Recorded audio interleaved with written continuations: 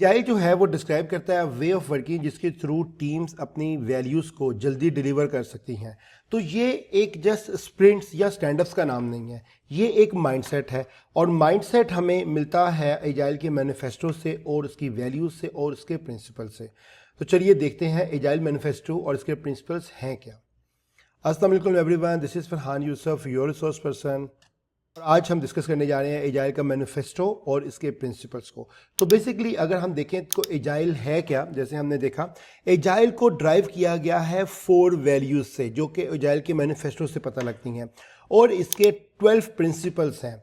Agile जो है इसको प्रैक्टिस किया जाता है मल्टीपल मैथडोलॉजीज़ के थ्रू, जिसमें से स्क्रम, कैनबैन, एक्सपी, सेफ और बहुत सी ऐसी अप्रोचेस हैं जिसके थ्रू आप एजाइल को प्रैक्टिस कर सकते हैं।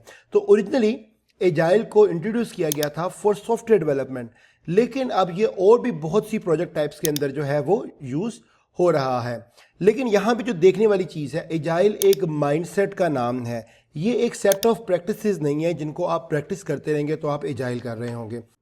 तो इसका मतलब अगर इसको देखें तो आप एजाइल सेरेमनीज तो कर सकते हो, लेकिन आप एजाइल हो नहीं सकते हो अगर आपके पास राइट माइंडसेट नहीं है। और वो कौन सा माइंडसेट है, इसको हम मैनिफेस्टो और प्रिंसिपल्स के थ्रू देखते हैं। एग्जाम के पर्सपेक्टिव से मैं अगर आपको बताऊं तो एग्जाम जो है it's all about understanding agile is a mindset, it's not a set of practices. और एग्जाम के अंदर क्वेश्चन भी आपके इसी तरह के आएंगे। अब एजाइल का मैनिफेस्टो क्या है? एजाइल का जो मैनिफेस्टो है वो 2001 में 17 सॉफ्टवेयर डेवलपर्स ने एक मैनिफेस्टो बनाया। और मैनिफेस्टो का मतलब क्या कि उन्होंने एक बेटर वे ऑफ वर्किंग बनाया जिसके थ्रू अपने सॉफ्टवेयर्स को डेवलप कर रहे थे। और उनका कहना था कि हम अनकवर कर रहे हैं better ways of developing software. कैसे? By doing it and helping others to do it.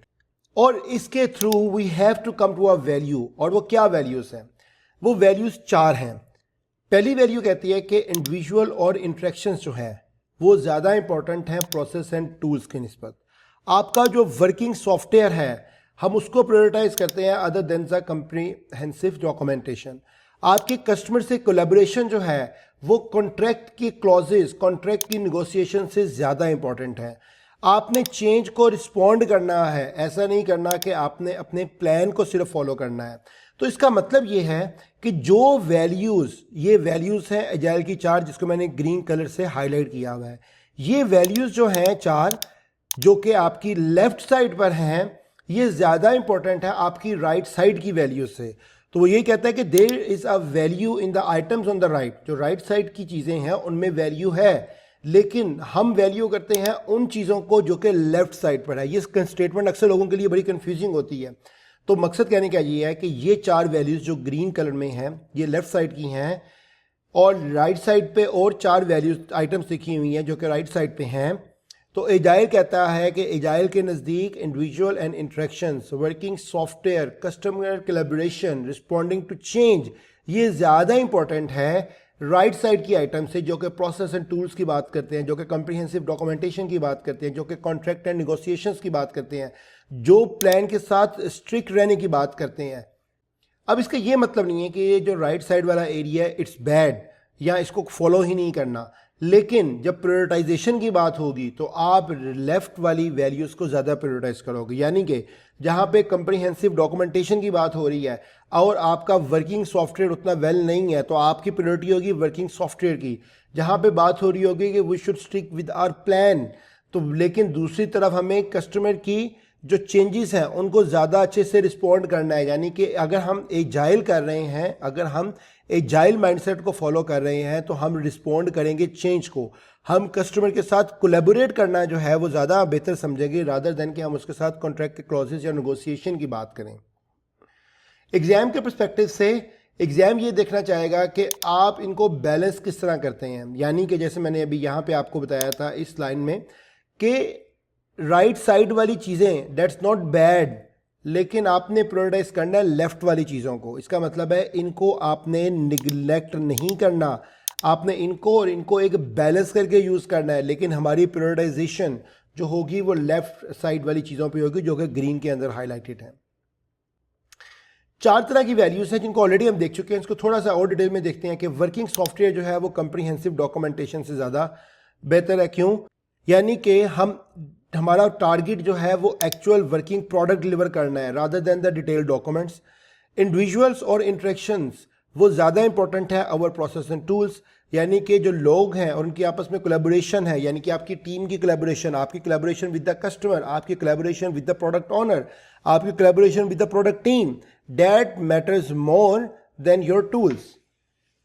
Customer की कोलैबोरेशन जो है वो कॉन्ट्रैक्ट की निगोशिएशन से ज़्यादा इंपॉर्टेंट है। इसका मतलब है कि आपको अपने कस्टमर के साथ एक पार्टनरशिप बिल्ड करनी है, एक ट्रस्ट बिल्ड करना है, ना कि आपने लीगल प्रोटेक्शन की तरफ जाना है। क्योंकि अगर आपका कॉन्ट्रैक्ट में आपके पार्टनर के साथ जो आपका कस्टमर है वो पार्टनर मोड में होगा, यानी कि वो आप पे ट्रस्ट करेगा, तो आपको लीगल साइड पे इतना जो है वो परेशान होने की ज़रूरत ही नहीं होगी। ऑब्वियसली आपने रिस्पॉन्ड करना है चेंज को प्लान के निस्बत, यानी कि इसका मतलब है कि जब आपके पास कोई नई इंफॉर्मेशन आती है, आपके पास कोई नई चेंजेस आते हैं, तो आपने अपने रिजिड प्लान के साथ स्टिक नहीं करना, आपने अपने प्लान को रीडू करना है और उसके मुताबिक अपने अगले जो स्टेप्स हैं उसको आपने प्रोसेस करना है।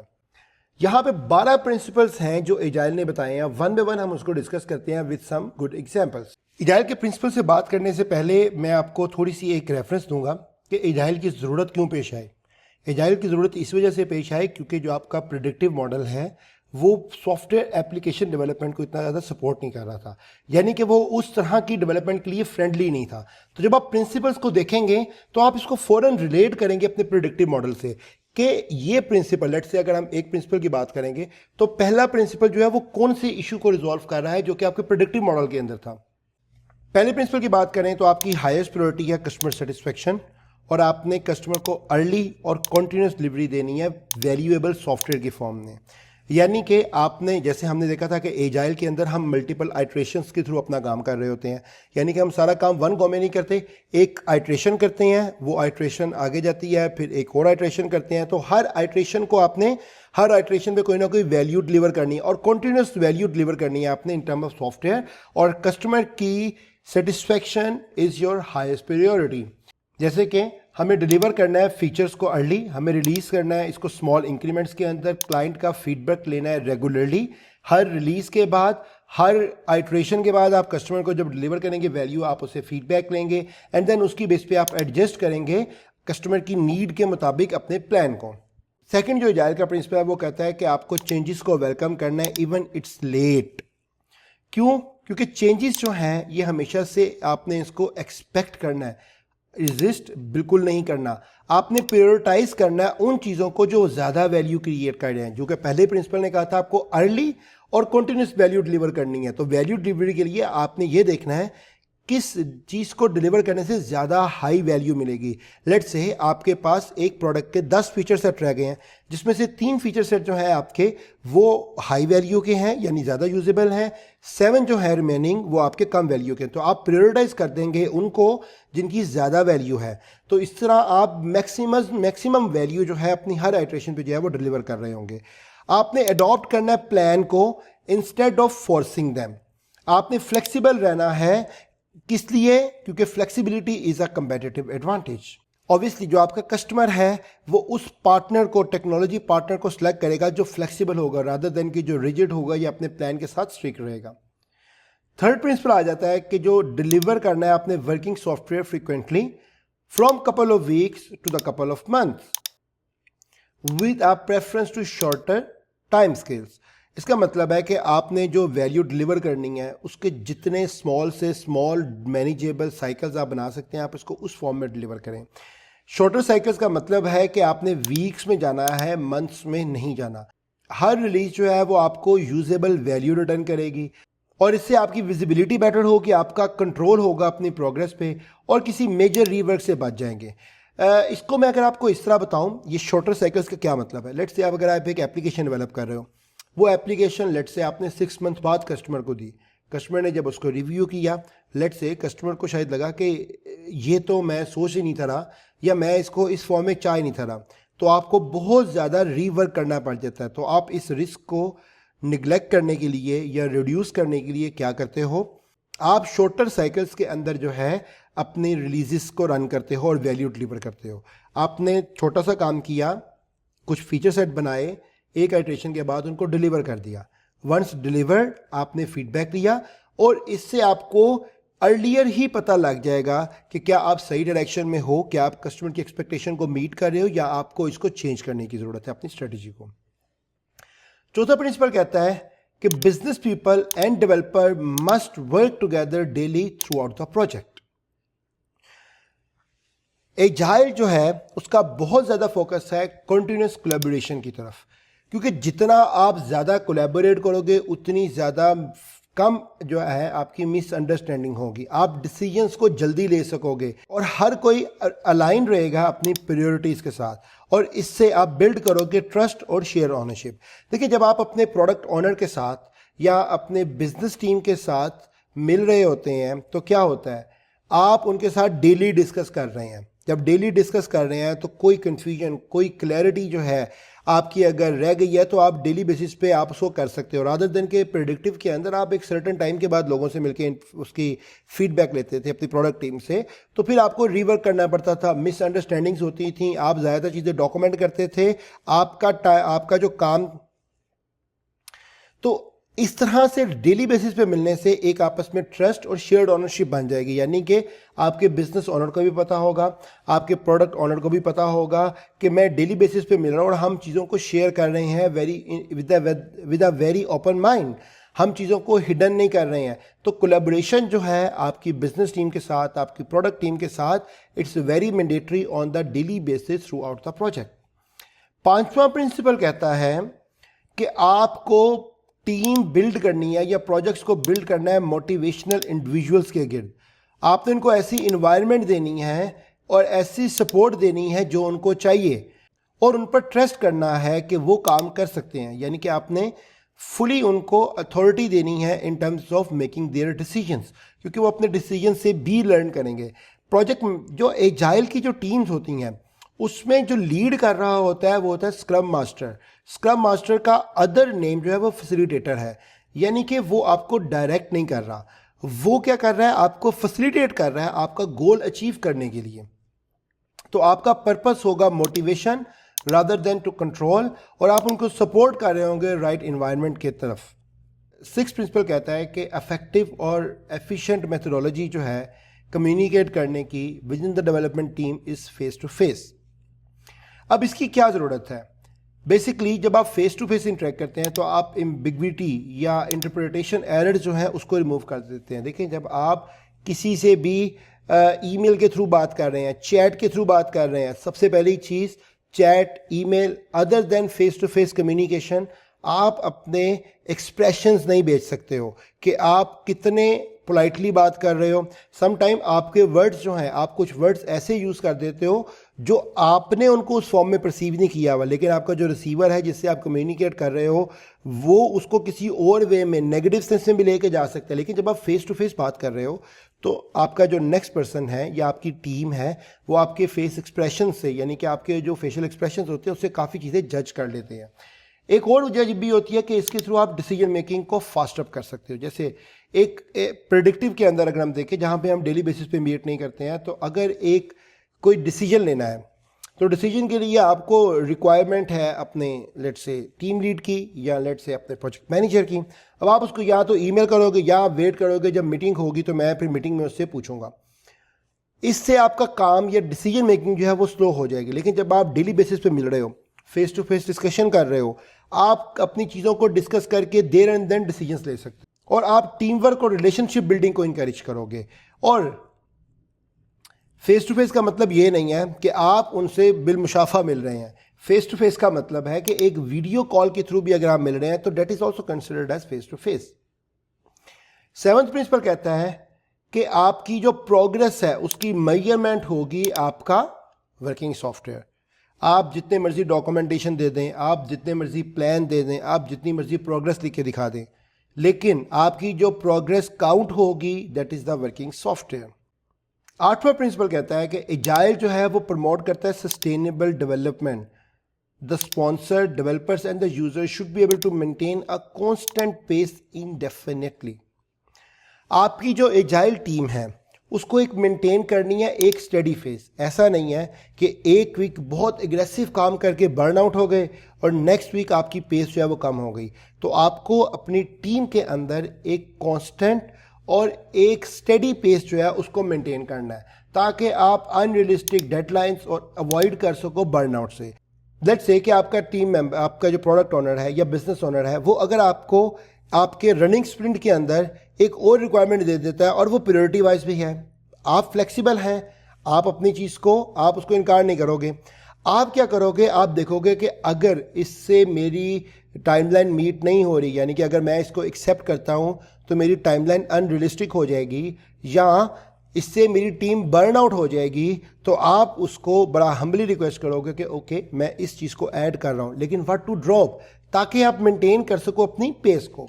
तो आपने कंसिस्टेंट रहना है, स्प्रिंटिंग करनी है, कोलैप्स नहीं होना। तो हेल्दी टीम्स जो हैं, अगर आपकी टीम बर्न आउट नहीं हो रही है, वो हेल्दी टीम है, तो आप वो बेटर रिजल्ट्स आपको डिलीवर करके देगी। 9th प्रिंसिपल कहता है कि आपको कंटिन्यूस अटेंशन देनी है टेक्निकल एक्सीलेंस की तरफ, और जो अच्छे डिज़ाइन है, जो बेस्ट डिज़ाइन है, वो एजिलिटी से आते हैं। उसकी वजह यह है कि अगर इसको समझें तो आपका जो क्लीन कोड है और अच्छे डिज़ाइन है, वो आपकी फ्यूचर की एफर्ट्स को रिड्यूस कर सकते हैं। तो आपको quality as a built in करनी है, यानी कि जब आपकी टीम काम कर रही है तो आपने उसमें टेक्निकल एक्सीलेंस लेके आनी है, आपने ऐसी चीज़ें इंट्रोड्यूस करनी है टीम की डिस्कशन के साथ, आपने टीम को कॉन्फिडेंस में लेके ऐसी चीज़ें इंट्रोड्यूस करनी है जिससे quality as a built in हो। जैसे हमने जब हम प्रोजेक्ट मैनेजमेंट के प्रिंसिपल्स देख रहे थे तो हमने देखा था कि क्वालिटी को बिल्ट इन करने के लिए आप यूनिट टेस्टिंग इंट्रोड्यूस करोगे, आप पेयर रिव्यूज इंट्रोड्यूस कर सकते हो, आप इंट्रोड्यूस कर सकते हो पेयर प्रोग्रामिंग को, ताकि जो आपकी क्वालिटी है वो बिल्ट इन हो जाए। उसको लेटर ऑन ऐड करना इट्स नॉट एन ऑप्शन। इस तरह अगर आप टेक्निकल एक्सीलेंस की तरफ जा रहे हो तो आप अपने बग्स को रिड्यूस करोगे, डाउन टाइम को रिड्यूस करोगे और आपको रीवर्क नहीं करना पड़ेगा और कॉस्ट रिड्यूस होगी। तो आप अनेबल कर रहे हो चेंज को फास्टर वे में। 10th प्रिंसिपल कहता है कि simplicity it's the art of maximising the amount of work not done and it's very much essential. अब सिंप्लिसिटी का मतलब क्या है? सिंप्लिसिटी का मतलब है कि आपने अननेसेसरी फीचर्स को बिल्ट नहीं करना, आपने अवॉइड करना है ओवर डॉक्यूमेंटेशन को, ओवर प्लानिंग को। आपने वो चीज़ें करनी हैं जो रियल वैल्यू ऐड करनी है, और आपका फोकस जो है वो सारी एफर्ट होनी चाहिए उस काम की तरफ जो कि बहुत ज़्यादा मैटर करता है आपके लिए। इन अ नटशेल में अगर आपको कहूँ तो सिंप्लिसिटी का मतलब है आपने अपने काम को सिंपल रखना है। सिंपल क्या मतलब? आपने वो काम करने हैं जो वैल्यू ऐड करें और अपने टाइम को उन चीज़ों पे वेस्ट नहीं करना जो आपकी वैल्यू कम डिलीवर कर रहे हैं या वैल्यू डिलीवर नहीं करते। यानी कि आपने unnecessary features, documents, unnecessary meetings, unnecessary task, आपने कोई भी ऐसे काम नहीं करना जो कि आपको गोल की तरफ नहीं लेके जा रहे हैं। अगेन हम इसमें सेम वही एग्जाम्पल कंसिडर कर सकते हैं कि लेट्स से कि आपने इंस्टेड ऑफ 10 वर्किंग फीचर्स बनाओ, अब 3 वो फीचर्स बनाओ जो कस्टमर के लिए राइट नाउ मैटर कर रहे हैं और उन्हीं पर फोकस करो। That's the simplicity. 12th principal कहता है कि जो बेस्ट आर्किटेक्ट्स हैं, रिक्वायरमेंट्स हैं, डिज़ाइंस हैं, वो सेल्फ ऑर्गेनाइजिंग टीम से इमर्ज होती हैं। एक्चुअली आपकी टीम को डिसाइड करना चाहिए how to do work and this should be with collaboration. Everyone should be on the same page ताकि वो सेल्फ ऑर्गेनाइजिंग टीम बने। आप इंकरेज करें क्रिएटिविटी एंड ऑनरशिप को, यानी कि अगर कोई चीज़ सजेस्ट कर रहा है तो आप उसकी क्रिएटिविटी को इंकरेज करें, क्योंकि अगर आप उसको इंकरेज करेंगे तो वो ऑनरशिप लेके उस पर काम करेगा। लीडर्स का काम है गोल सेट करना, आपकी टीम का काम है कि वो गोल्स किस तरीके से अचीव होंगे, वो क्या मेथड अडॉप्ट करेंगे। आप अगर अपनी टीम्स को एम्पावर करेंगे तो आप बेटर सॉल्यूशंस को जो है वो डिलीवर कर सकते हैं। जो लास्ट प्रिंसिपल है एजाइल का, that is at regular intervals the team reflects on how to become more effective, then tune and adjust its behavior accordingly. Agile के अंदर आपको आफ्टर रेगुलर इंटरवल, जिसको अमूमन हम रेट्रोस्पेक्टिव्स कहते हैं, आपको रेट्रोस्पेक्टिव्स करने हैं। लेट्स से कि आप एवरी 2 स्प्रिंट्स या एवरी 1 स्प्रिंट आप एक रेट्रोस्पेक्टिव कर रहे हैं। रेट्रोस्पेक्टिव का मतलब क्या है कि आप रिफ्लेक्ट बैक कर रहे हैं कि हमने लास्ट स्प्रिंट के अंदर क्या किया, उसके अंदर क्या काम अच्छे किए, क्या काम बुरे किए, कौन सी चीज़ें हमें करनी चाहिए थी जो हमने नहीं की, कौन सी चीज़ें जो हमने की उनको हम बेहतर तरीके से कर सकते थे। आपको ये रेट्रोस्पेक्टिव कंटिन्यूसली रन करने हैं क्यों रन करने हैं? ताकि आप अपने इम्प्रूव कर सको प्रोसेस को, कम्युनिकेशन को और डिलीवरी को, क्योंकि कॉन्टीन्यूस इम्प्रूवमेंट जो है वो हमेशा से ही आपका एजाइल का प्रिंसिपल है। एजाइल टीम्स के अंदर कॉन्टीन्यूस इम्प्रूवमेंट जो है वो कभी भी रुकनी नहीं चाहिए। ओके जी, अब हम डिस्कस करते हैं जो हमने शुरू में डिस्कस किया था, doing agile versus being agile. Doing agile का मतलब ये है कि आप प्रैक्टिसेस तो यूज़ कर रहे हो, आप स्प्रिंट्स भी कर रहे हो, आप डेली मिल भी रहे हो एक दूसरे के साथ स्टैंड-अप्स के थ्रू, आप रेट्रोस्पेक्टिव भी कर रहे हो, लेकिन वो just for the sake of agile कर रहे हो कि एजाइल के अंदर ये काम होते हैं, यानी कि आप just going through the motion जा रहे हो। लेकिन एजाइल का मतलब क्या है? एजाइल, बीइंग एजाइल का मतलब है कि आपको अडॉप्ट करनी है फ्लेक्सिबिलिटी, चेंज फ्रेंडली माइंडसेट बनाना है। आप डेली बेसिस पे मीटिंग करते हो लेकिन आप फ्लेक्सिबल नहीं हो। आप डेली बेसिस पे अपने क्लाइंट से फीडबैक, अपनी बिजनेस टीम से या प्रोडक्ट ओनर से फीडबैक लेते हो, लेकिन आप चेंज को वेलकम नहीं कर रहे हो। तो आपको बीइंग एजाइल में फ्लेक्सिबल होना है और चेंज फ्रेंडली माइंडसेट बनाना है, क्योंकि agile is the mindset, it's not some sort of process and tool. ये माइंडसेट है जो आपने डेवलप करना है। माइंडसेट कैसे डेवलप होगा? आपने इन प्रैक्टिसेस, जो एजाइल की प्रैक्टिसेस हैं, उनका पर्पस आइडेंटिफाई करना है कि अगर हम डेली स्टैंडअप्स कर रहे हैं, इसका क्या पर्पस है? अगर हम रेट्रोस्पेक्टिव्स कर रहे हैं, हम क्यों रेट्रोस्पेक्टिव्स कर रहे हैं? आपने अप्रोप्रिएट प्रैक्टिसेस देखनी है जो आपके कॉन्टेक्स्ट के लिए वैलिड हैं, और आपने इंटरनलाइज करनी है एजाइल वैल्यूज़ और बिहेवियर, यानी कि अपनी ऑर्गेनाइजेशन के अंदर आपने इन वैल्यूज़ को और इन बिहेवियर्स को प्रमोट करना है। अगर एग्जांपल देखें, लेट्स से कि आप डेली स्टैंड अप करते हो और आप कहते हो हम एजाइल हैं, लेकिन वो जस्ट आप इसलिए कर रहे हो क्या उन स्टैंड-अप्स की बेस पे एक रिपोर्ट बनती है जो मैनेजर को ईमेल चली जाती है, तो ये एजाइल नहीं है। एजाइल ये है कि अगर आप डेली स्टैंड अप कर रहे हो तो आप कोलैबोरेट करो, आप आइडेंटिफाई करो क्या क्या बॉटलनेक्स हैं और एक दूसरे को हेल्प करो, क्योंकि daily stand up is just है कि आपकी टीम सारे इकट्ठे होते हैं और इकट्ठे होकर वो बताते हैं कि हम क्या कर रहे हैं और हम क्या करने जा रहे हैं। इससे क्या होता है कि एक तो आपकी कोलैबोरेटिव रहती है, और अगर कोई ब्लॉकर है आपकी केस में तो आप उसको देर एंड देन डिस्कस करते हो और फिर एक दूसरे को सपोर्ट करते हो, हेल्प करते हो कि कैसे आप उस ब्लॉकर से पास थ्रू हो सकते हैं। एग्जाम कहता है, पीएमआई जो है वो ये देखना चाहता है कि ये आपने इसको एज अ माइंडसेट देखा है या एज अ प्रैक्टिस देखा है। तो being agile is a mindset, doing agile is a practice. अगर एजाइल को एक कॉन्टेक्स्ट में देखें तो एजाइल जो है ये पार्ट ऑफ एडॉप्टिव अप्रोचेस है, और एडॉप्टिव का मतलब ये है कि आप अपनी चीज़ों को चेंज कर रहे हो, अपनी चीज़ों को बेहतर कर रहे हो, एडॉप्ट कर रहे हो जैसे जैसे आप लर्न करते जाते हो।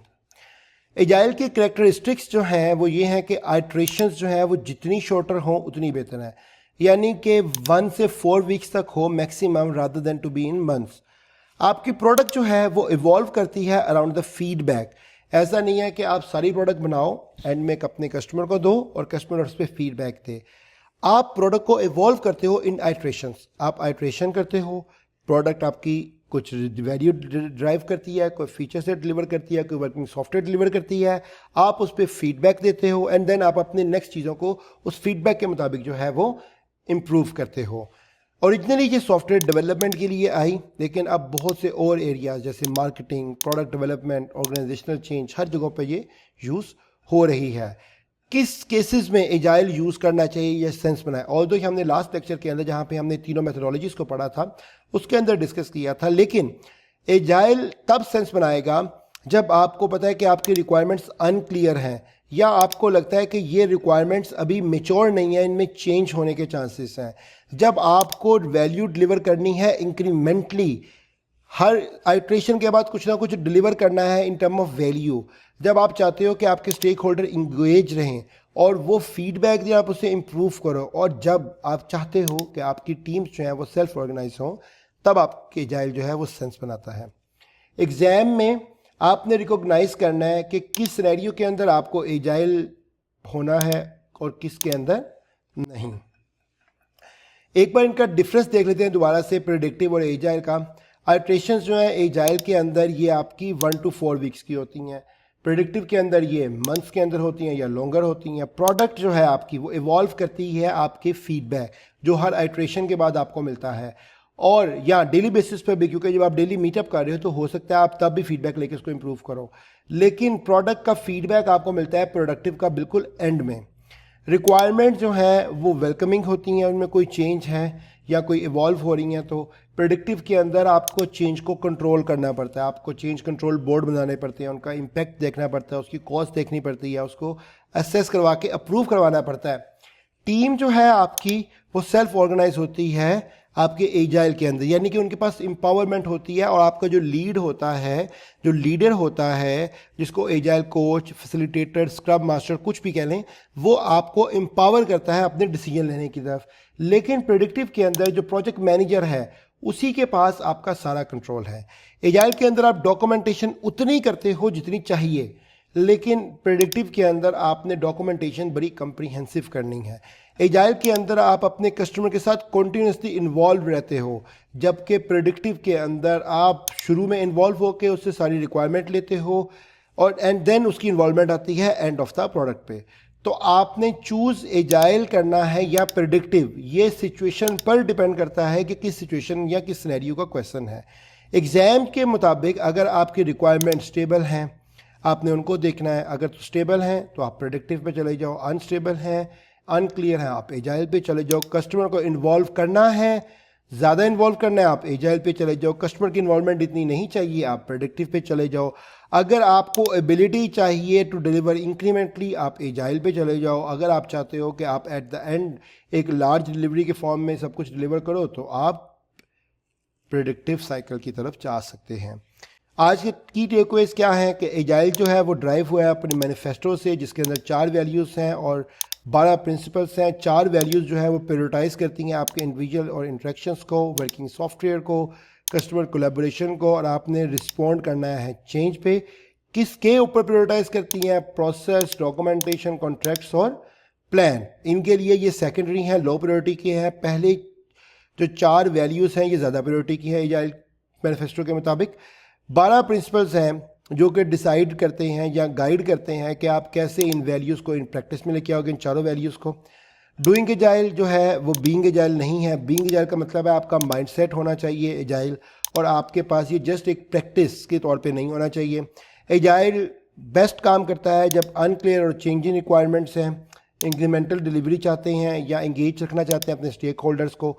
एग्ज़ाम में 50% of the part is agile and hybrid based. So आपको इस माइंडसेट को अंडरस्टैंड करना है, इसको मेमोराइज नहीं करना।